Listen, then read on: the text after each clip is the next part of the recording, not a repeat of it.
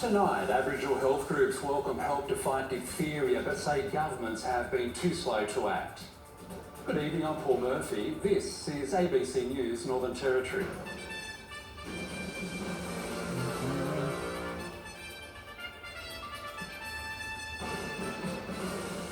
Also tonight, tributes roll in for a Darwin man who died in hospital after a violent attack.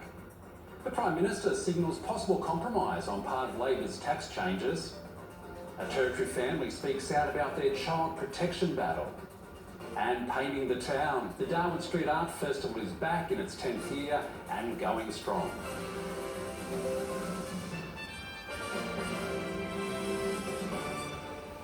Are warning controversial changes proposed in the Northern Territory could set a dangerous precedent for the rest of the country.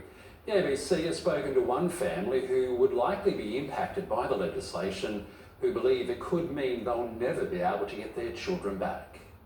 Little Chloe's bedroom has never been slept in and her toys are still to be played with. The 3-year-old, whose name has been changed for legal reasons, has lived in foster care since she was 5 days old.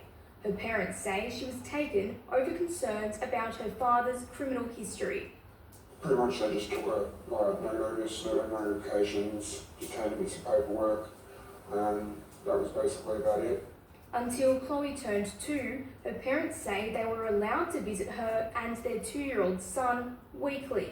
But when she started showing up with visible injuries, they became increasingly worried she was being abused. She'd show up with bad nappies, then it progressed from that to then severe bruising, to the bite mark injuries, and then to the black eyes, and she'd randomly start having outbursts trying to hit us, swearing at us, calling us names, and then just basically screaming, "Help me, help me." After raising this with the Northern Territory's Department of Children and Families, the toddlers' parents claim they were punished for voicing their concerns, and their pathway towards reunification became more difficult. The ABC put detailed questions to the department, but a spokesperson said in a statement, while it could not comment, the safety, well-being and protection of children is always our highest priority.